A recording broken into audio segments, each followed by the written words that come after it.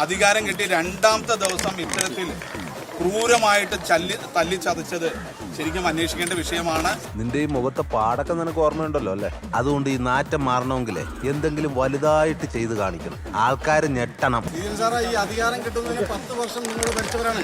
അതെന്തിനാടാ പന്നി ഇപ്പൊ പറഞ്ഞതല്ല, പിന്നീട് വരെ അവസരം കിട്ടിയില്ലെങ്കിൽ പാവപ്പെട്ടവർക്ക് സൗകര്യം ചെയ്തു കൊടുക്കാനുള്ള ഇങ്ങനെ ഒരു കുരിപ്പിനെ ഞാൻ കണ്ടില്ലല്ലോ. ഇതിനെ നീ ഇപ്പൊ ഉണ്ടാക്കിയതാണോ? ഓടാ, ഒരു ഗുണ്ട തല്ലുന്നതിനൊക്കെ ഒരു അതിലുണ്ട്. ഇതല്ല പഞ്ചായത്ത് പട്ടികൾക്ക് എല്ലാം കഷണം കിട്ടിയമാര് ഒരുമിച്ചല്ല കടിച്ചു പറിക്കുന്നത്. നാണമില്ലടാ നിനക്കൊക്കെ.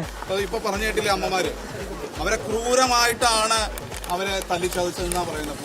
ഇപ്പൊ എന്താ വേണ്ടേ? CP ഐക്യദാർഢ്യം പ്രകടിപ്പിക്കാൻ വേണ്ടി വന്നതാണ്. അല്ല, നമുക്കിതൊന്ന് കൊഴിപ്പിക്കണ്ടേ? ആരെ വേണേലും വിളിക്കാം, മാതൃഭൂമിക്കാരെയോ മനോരമക്കാരെയോ.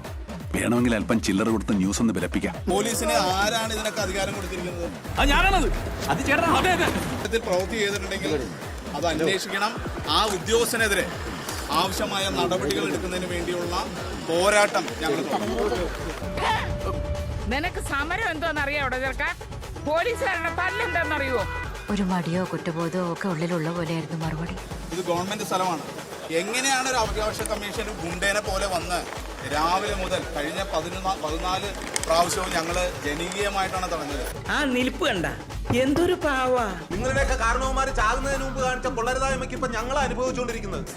ഈ അധികാരം കിട്ടുന്നതിന് 10 വർഷം നിങ്ങൾ ഭരിച്ചവരാണ്. പാവപ്പെട്ടവർക്ക് സൗകര്യം ചെയ്തു കൊടുക്കാനുള്ള മുദ്രാവാക്യം വിളിക്കാൻ നിനക്ക് നിന്റെ കൂടെയുള്ള കുട്ടി സഹാക്കൾക്ക് എന്തൊരു ആവേശമായിരുന്നു. ഇപ്പൊ ഒരുത്തനെ കാണുന്നില്ലല്ലോ ആ വഴിക്ക്.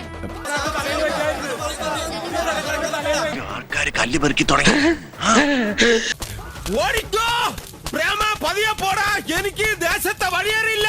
ഈ ഒരു അവസ്ഥയിൽ എങ്ങോട്ടാണ് ഇവരുടെ ഒരു പോക്ക്? സസ്ത്രീ തെറ്റ് വരെ